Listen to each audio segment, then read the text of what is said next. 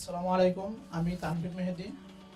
Sir, আমার একটা প্রশ্ন রয়েছে। কোরআনে এসছে আল্লাহর আরশ 8জন ফেরেশতা ধরে আছে, কিভাবে ধরে আছে এটা একটু ব্যাখ্যা করুন।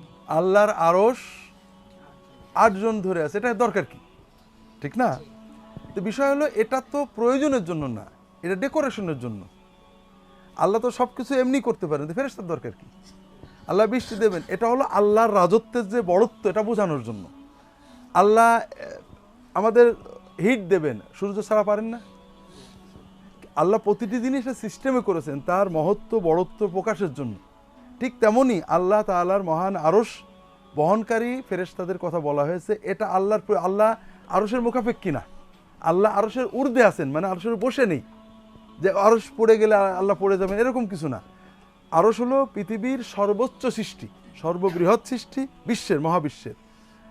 এটার জন্য ডেকোরেশন, এটার জন্য এর মর্যাদা প্রকাশের জন্য ফেরেশতারা একে ধারণ করে আছেন। সেই ফেরেশতার প্রকৃতি আকৃতি আমরা কিছু জানি না, তবে এটা আরশ যেমন আল্লাহ আরশের মুখাপেক্ষী নন, আরশ বহনকারীদের মুখাপেক্ষী নন। কথা বুঝতে পারছো? আল্লাহ আরশের বসে নেই, আল্লাহ আরশের ঊর্ধ্বে আসেন।